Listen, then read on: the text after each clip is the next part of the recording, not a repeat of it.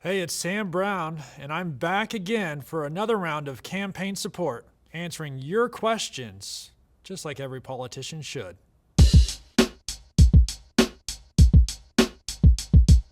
All right, this first question from Timmy is an interesting one. What's up with Sam Brown?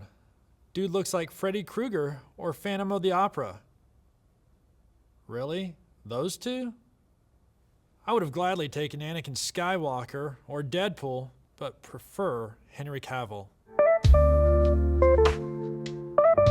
As my wife says, I'm smoking.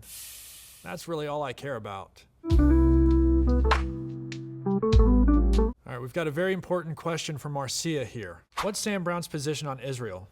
Our relationship with them is crucial. Couldn't agree more, Marcia. Israel is our strongest ally in the Middle East and proves that democracy can work even there. Look, we currently share a lot of military technology with Israel, but we can also share other technologies that advance society, like irrigation, medical innovations, cyber. There's so much we can do to have a strong partnership with Israel. We need to support Israel 100%, especially their right to defend against terrorists. And what am I talking about? I'm talking about Iran and their proxies like Hamas, Hezbollah, the Houthis, you name it. Iran is hell-bent on destroying Israel, and this is not something to play politics with. Sadly, Senator Jackie Rosen stood on the steps of the Capitol building saying that she supported Israel, and then went straight into the Senate chambers minutes later and voted against a standalone bill that would provide aid to Israel as it was defending itself from these Hamas attacks. That's playing politics. I am not going to stand for that, and will be clear that I stand with Israel, and America should too. Roger's got a really important question here. What are your plans to support veterans when they return home? We need more resources for mental health and job training. Roger, I know this is something that you hear a lot of people talk about, and unfortunately, there's a lot more we need to do. Transitioning out of uniform into civilian life is tough, but there are things that we can do to make that transition better. One of those things we need to do is focus on skills transfers from the military life to the civilian life. There's a lot of skills that we acquire in the military that have great application in a professional work life. The things that we can do is ensure that getting into schools, picking up new trades or skills, having a great foundation for a new career, not just a job, but a career that provides for a family, is done before you sign your DD-214 and you get that exit out of the military. Healthcare is another important issue. Sadly, for many veterans that rely on the VA, it's tough to get to the hospitals, and clinics can even be far away in rural places. We've got to make sure that we bring healthcare to the veterans, and that's why things like telemedicine is part of a solution. Look, I go to the VA myself. I have ever since I got medically retired. But we know it's not a perfect system. And that's one of the reasons why I started my business, to address a need that helps so many veterans. When we go to the VA and we need medication, sometimes the VA can't deliver it same day. And my business filled that gap. I was proud to build a business that served veterans from coast to coast and even the Pacific Islands. We stood in the gap and ensured that when the VA couldn't deliver medication same day and a veteran needed it, they got it. In fact, let me tell you a story about where my business made a real impact. And this is just one example. One day I got a call from the provider saying that as the veteran went to the pharmacy, their local pharmacy, to be able to get the medication, the pharmacy wouldn't fill it because the cost of the ingredients themselves for this specialty medicine were more than they were going to be reimbursed. I went back and forth and ultimately decided that the only right thing to do was to pay for the medication myself to ensure that the veteran got that right then as they needed it. Now, what I didn't know, but I got a call several days later from the healthcare provider, was just how critical it was in this particular case. You see, when the healthcare provider called me, they told me that if the veteran had not received the medication that day, they would have lost their eyesight. And so solutions like that we provided weren't just for convenience, it was life-changing.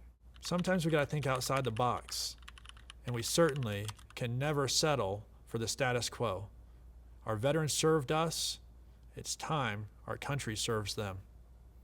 All right, next up we got Carson. Sam, you talk a lot about small town values, but what does that mean exactly? What I'm referring to is a sense of community. You know, when you come from a small town like I do, and frankly my wife comes from an even smaller town, not even a stoplight, you end up relying on and building relationships with the people around you. Where we've gotten to today is that when people are having hardship, they're looking to the government. And yes, this government is all too happy to step in and tell you that they can provide a solution for us. But we need to start looking to our neighbors, not just when we're in need.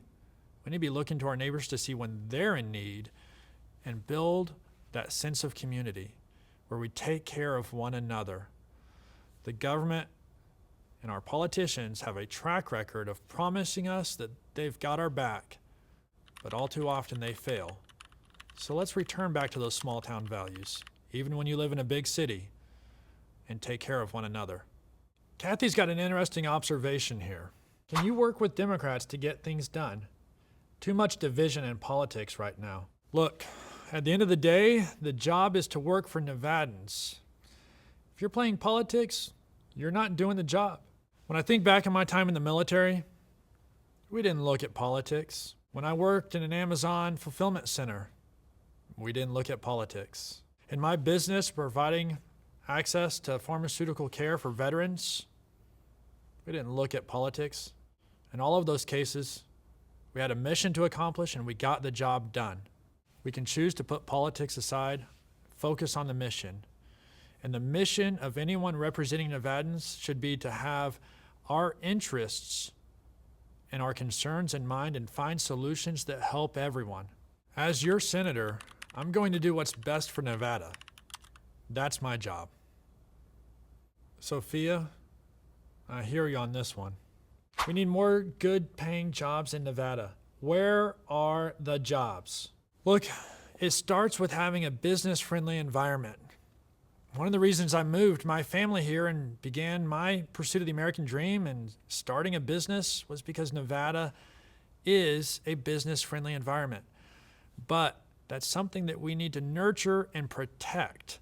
When we have housing affordability concerns and issues, when we have schools that are failing our children and keeping parents out of being involved, cost of living increasing so much, like our utility bills doubling in a year, that is going to dissuade businesses from moving here or from people who are already here from creating new businesses. Look, there are real threats to a good business-friendly environment. If Jackie Rose and Kamala Harris are elected this November, they've already promised that they're going to eliminate the tax cuts that President Trump delivered. At the end of 2025, our taxes are going to go up. Regulations also have a cost on all of us. Studies from independent professors at the University of Chicago show that when regulations are reduced, there's a positive actual dollar impact on our lives. We save more money.